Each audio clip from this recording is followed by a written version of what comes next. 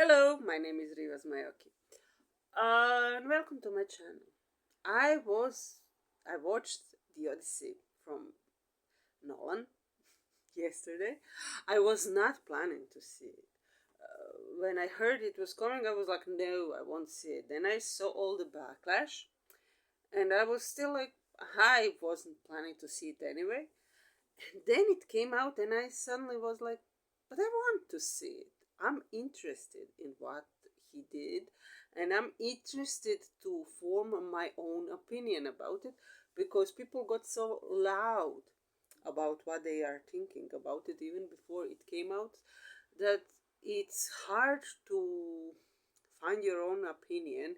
It's hard to remove the lens and just see it your way without like you didn't hear everyone else talking about it. So I went in and I watched the Odyssey. And just a side note, I'm not a big Nolan fan. In fact, I'm very critical of him, and I did not enjoy most of his film. Inception was alright. I enjoyed Inception, but that's probably more because I watched it with my son and he loved it so much. And Interstellar. Did I say Interstellar or did I say Inception? Anyway, both of those films I watched with my son, so they are much in higher standard for his influence. And I watched the Odyssey, and I was not bored even for a 1 second during it. It didn't feel like 3 hours. It passed very quickly. I was very engaged. I was really focused, and it was an emotional journey, and I enjoyed it so much. I really enjoyed it so much. It was a good watch. I would say a must watch. And if you haven't seen it and you still don't know what the Odyssey is about, go watch it. Don't listen to me further.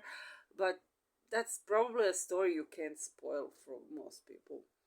Uh, when I came out, I found out two things I didn't know when was coming in about the controversy with the location in West Africa, about Morocco and all the dispute about the territory, and that the film wasn't made by the Odyssey of Homer, but some reinterpretation feminist. And I was like, oh, that's why I liked it so much.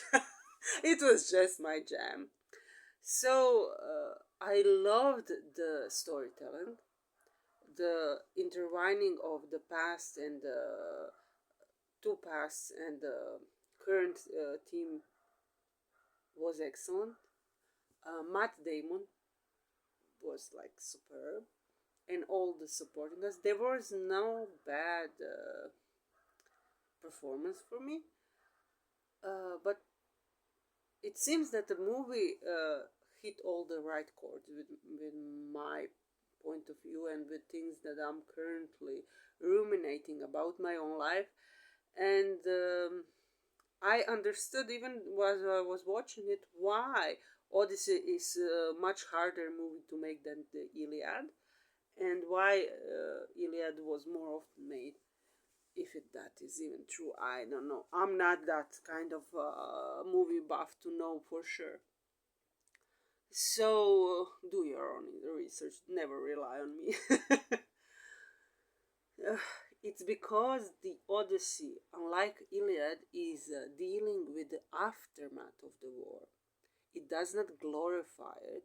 It shows you the consequences of victory, of savagery, and of ruthlessness, and how gods navigate the world to make it right, even if you think, even if you disagree with them.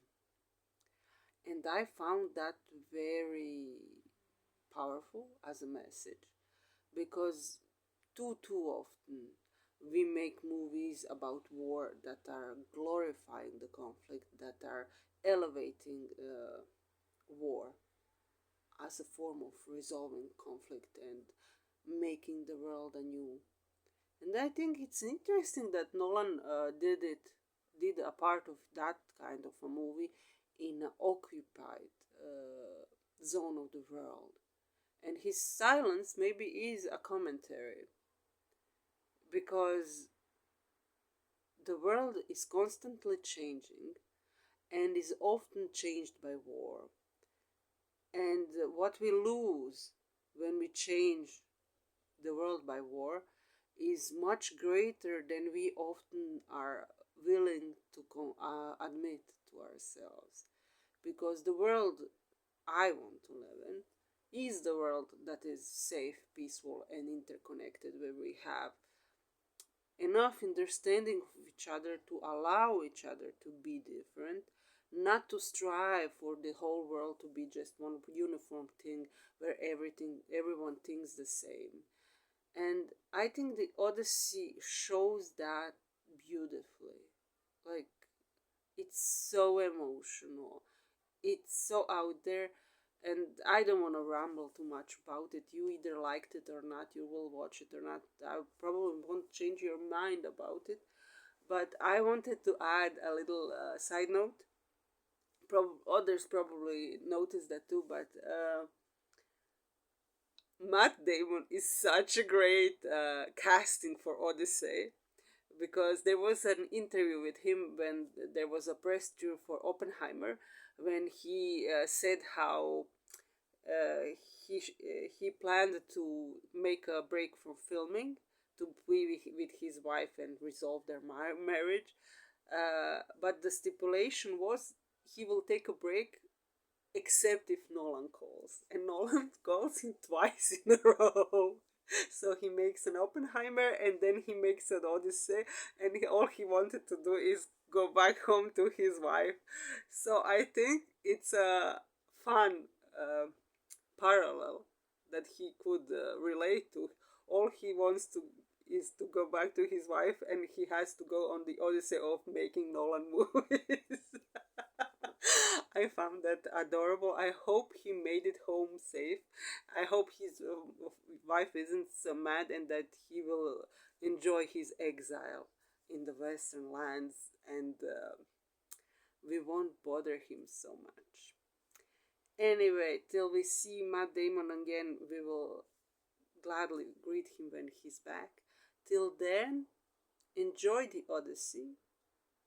Bash it if you have to. Criticism is also a valid form of enjoying art. So, see you around. Bye bye.